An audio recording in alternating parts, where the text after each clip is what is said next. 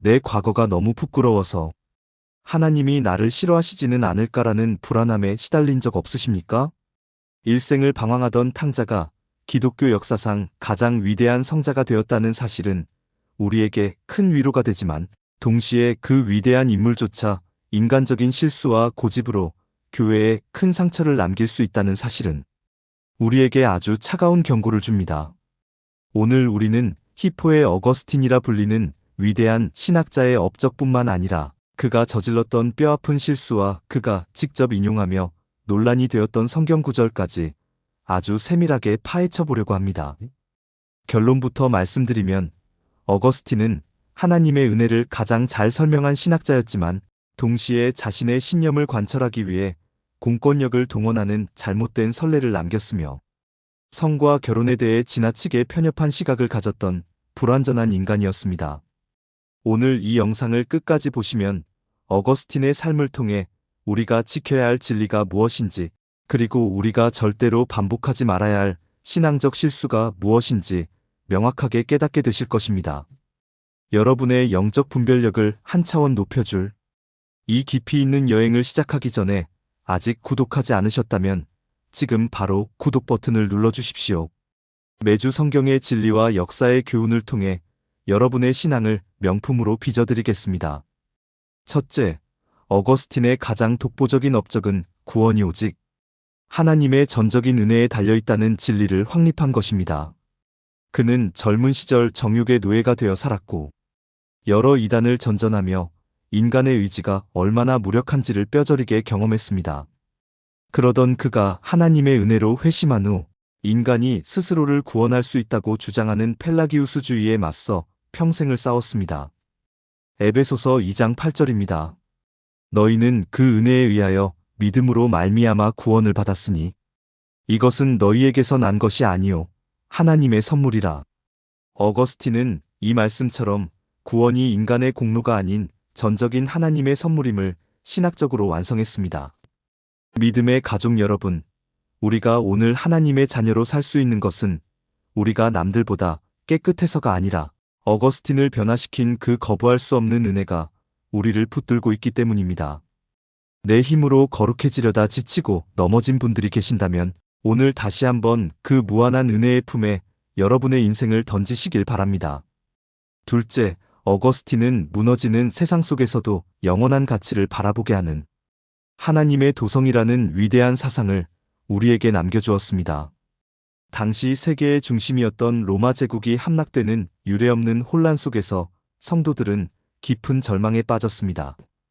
어거스틴은 이 땅의 도성은 언젠가 사라지지만 하나님의 통치가 임하는 영원한 도성은 결코 흔들리지 않는다는 소망의 메시지를 선포했습니다.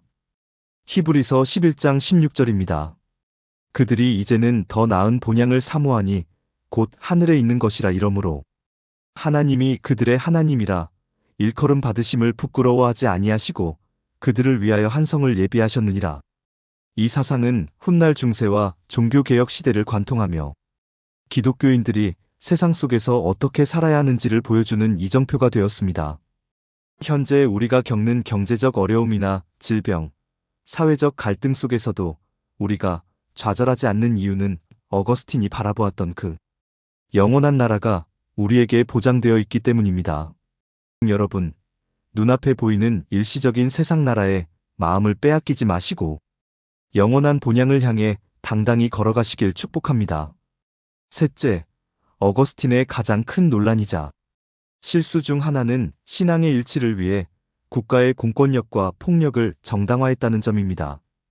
당시 알렉산드리아 교회 안에서 분열을 일으켰던 도나투스파를 제압하기 위해 어거스틴은 처음에는 설득을 시도했으나 결국 국가가 무력을 동원해 그들을 강제로 교회로 복귀시키는 것에 찬성했습니다. 이때 어거스틴이 자신의 주장을 정당화하기 위해 사용한 구절이 바로 누가복음 14장 23절입니다.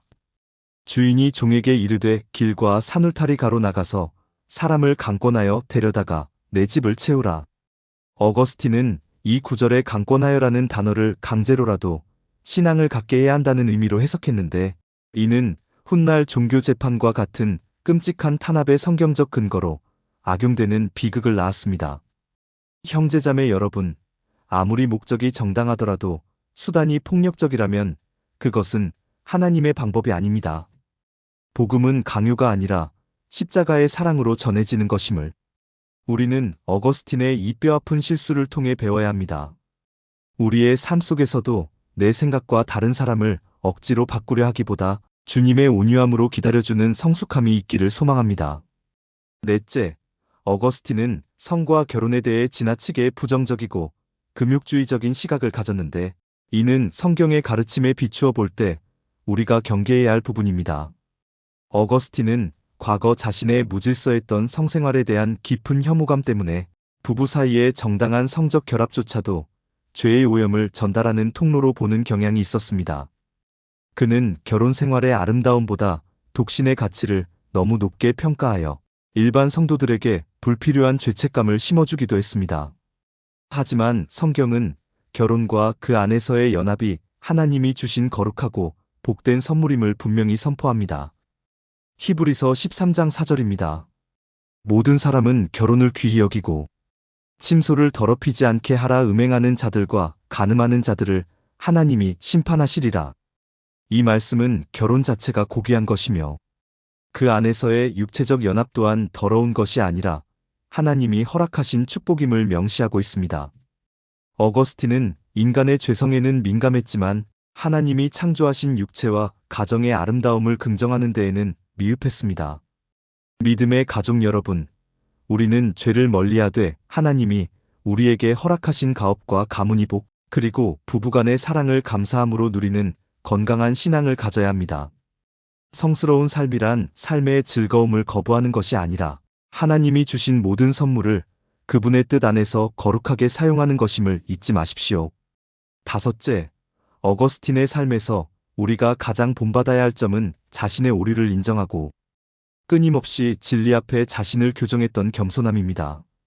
그는 죽음을 앞두고 자신이 평생 썼던 수많은 글을 다시 읽으며 신학적 오류나 지나친 표현들을 일일이 찾아내어 수정하는 수정록이라는 책을 썼습니다.